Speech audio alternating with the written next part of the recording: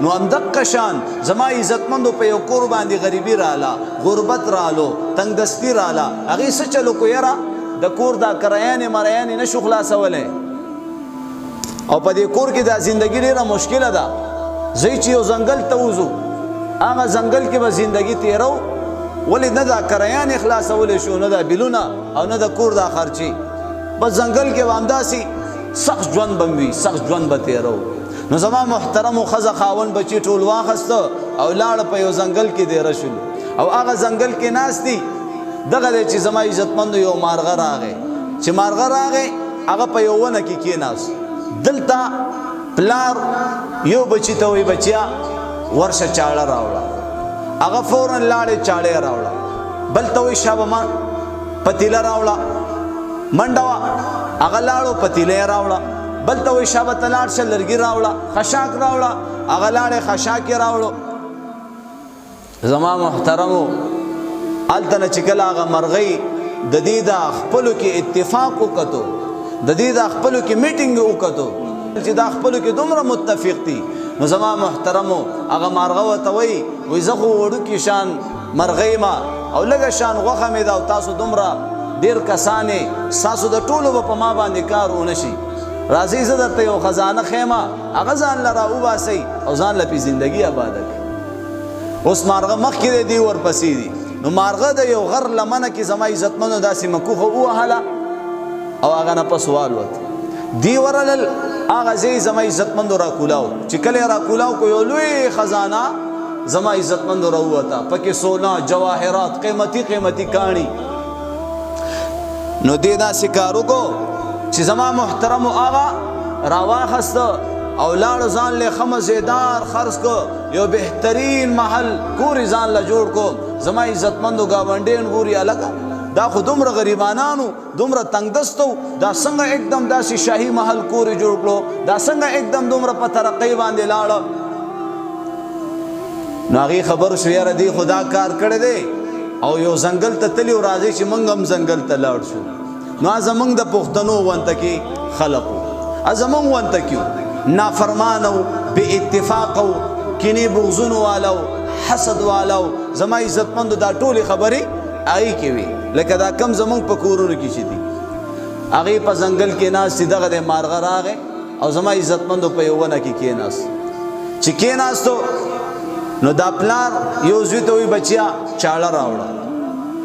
نو ورته څه وایي په چاړه څه کې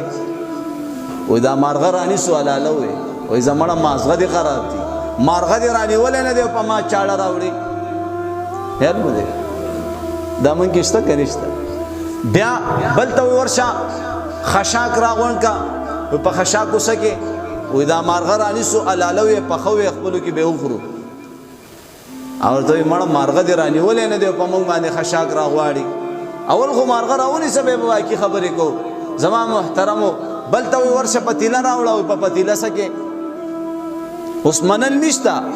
مارغه هغه ځای نه آواز ورکو وایي اول خپلو کې متفق شئ، خپلو کې د یو بل خبره ومنئ، بیا ما رانیسئ. زما عزتمندو هېڅ سوال ورته لاړو. په کورونو کې هر یو کس ځان ته پلار وي، هر یو ځان ته مشر وي. مشر صرف پلار وي چې پلار کومه خبره کوي هغه خبره ومنه. خاوند کومه خبره کوي نو ښځو ته ویم چې د دې خپل خاوند خبره ومنه، بیا وګوره چې په دې کورونو کې خیرونه برکتونه راځي که نه راځي. نو اکثریت زما محترمو په کورونو کې د دې بې اتفاقۍ د وجې، د دې بدنیتۍ د وجې، د دې جنګ جګړو، د دې کینو بغضونو او حسدونو د وجې زما محترمو بې برکتین راشي، بې برکتین راشي. وایي ګرانه ګراني ده، د هر یو شیز قیمت هغه چې کم دی اسمان سره خبرې کوي.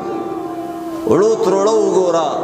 غوړي وګوره، چینی وګوره، داسې دا نور سامانونه. دا وجه څه ده؟ الله پاک فرمایي لئن شکرتم لازیدنکم، تاسو زما د نعمتونو شکریه ادا کوئ زه به درله نعمتونه زیات کما. ولئن کفرتم ان عذابي لشدید، که چېرته م ناشکري وکړه د دې شته نعمتونو نه به م خلاص کړم. نو اوس په کورونو کې هغه ورځ دې زنانه یاده کړي چې زما محترمو په کورونو کې با دا روټیګانې به یو ځای بل ځای به وچېدلې د ټول کور کار به 4 روټو باندې کېدو نو تا به 5مه روټۍ څه دپاره پخه کړله 6مه روټۍ به دې څه دپاره پخه کړله بیا به هغه ضایع ولې شوله دا روټۍ به په کور کې یو ځای بل ځای باندې پپیو کې به چینی اچوله نو نیمه چینی به لاندې وشیندله او نیمه به پپیو کې ور واچوله نن پې الله پاک راوستله نو هغه برکت به لاندې توی شو نو ځان له زما او ستا په کور کې دا حال شروع نه و تروړه به راله کور ته بی بسم الله به تروړه کولاوه شوه ټیم به رالو د غوړو ټیم هغه به بسم الله کولاو شو تلکاري به پخېدله بی بسم الله به تلکاري پخېدله نو خیرونه برکتونه به د کوم ځای نه راشي مشر په کور کې کومه خبره کوي د مشر نه منلی کېږي